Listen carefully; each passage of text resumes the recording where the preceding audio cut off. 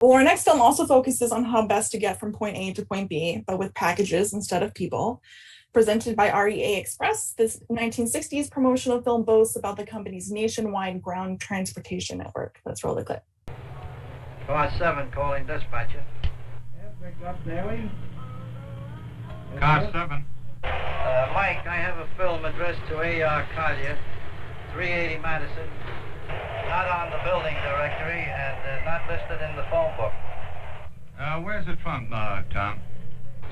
West Coast Production, San Francisco. Keep it on, I'll see what I can get on it. 10-4. 10-4, Tom. Downtown in the air center, driver Tom Maloney's prompt reporting triggers immediate action.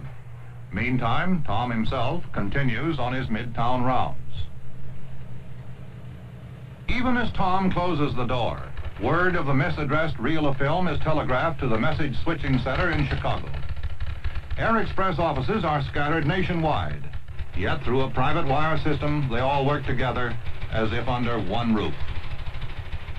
By the time Tom in New York has passed his first traffic light, Chicago has punched a tape requesting the correct address and fed it into the system for San Francisco.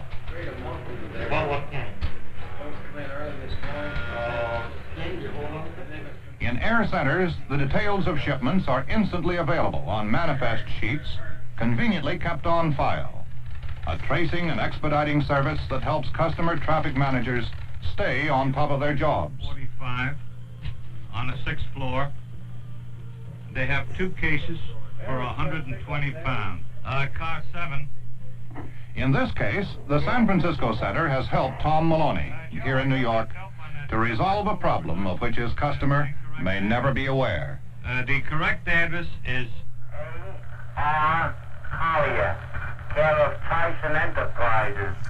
380 Madison Avenue. That's Tyson. He had the right address, but the information was incomplete. A fast, dependable tracing service.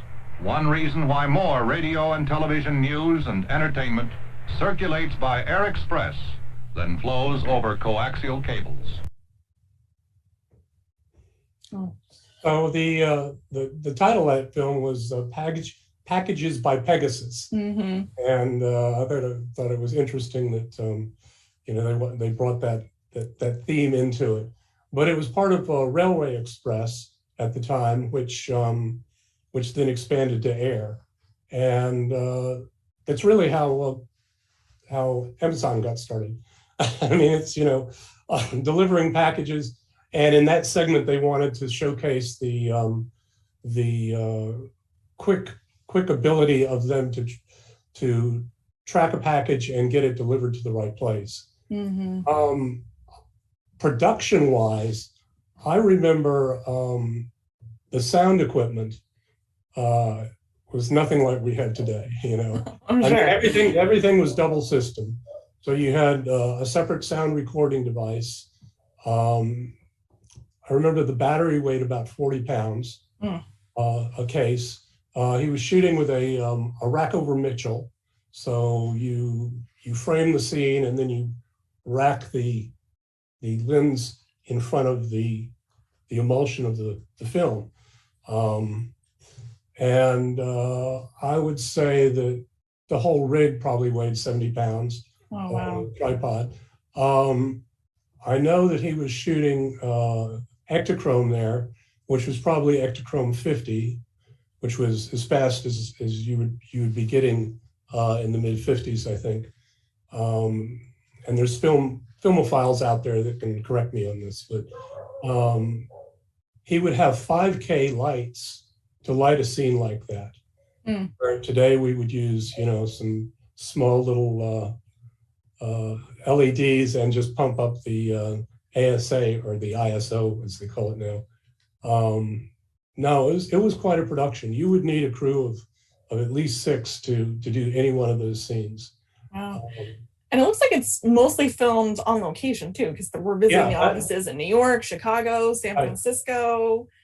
And was your father primarily filming on location, or was he also working on sound stages? The Let's Fly to Europe was it was shot on a soundstage in New York City. But the most of the cases, he was on location, and he was behind the camera, and he was directing, and then he had a crew. Interestingly enough, the name Tom Maloney that they used there, Tom Maloney worked for my father as as a cameraman and assistant. But that wasn't him in the scene. It's just somebody I remember. Little Easter egg. As being in there, because I used to go in and take the Long Island Railroad to New York City when I was starting about 8 or 9, and go to his office and watch them. He had a complete laboratory for processing his black and white negatives and printing them there. So I'd go in and meet all the people there. And what was really like the timeline from like shooting to it being a finished, edited, processed film? I would say a couple of months back then.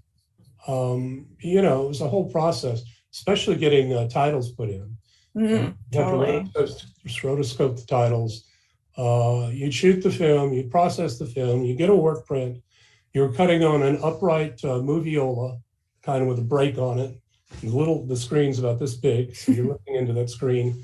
You'd had a trim bin with all your pieces of 16 millimeter, 35 millimeter film. And then once you have it cut, and then you put your soundtracks together, and there would be multiple soundtracks for, the voiceover narrator, the voice on camera, the background sounds. You usually have 6 or 8 tracks.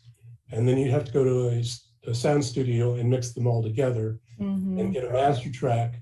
And while that was being done, you would take the original negative and actually cut the negative and glue it together in an A and B roll situation. That's how all that was done back then, and something that I did in my early career.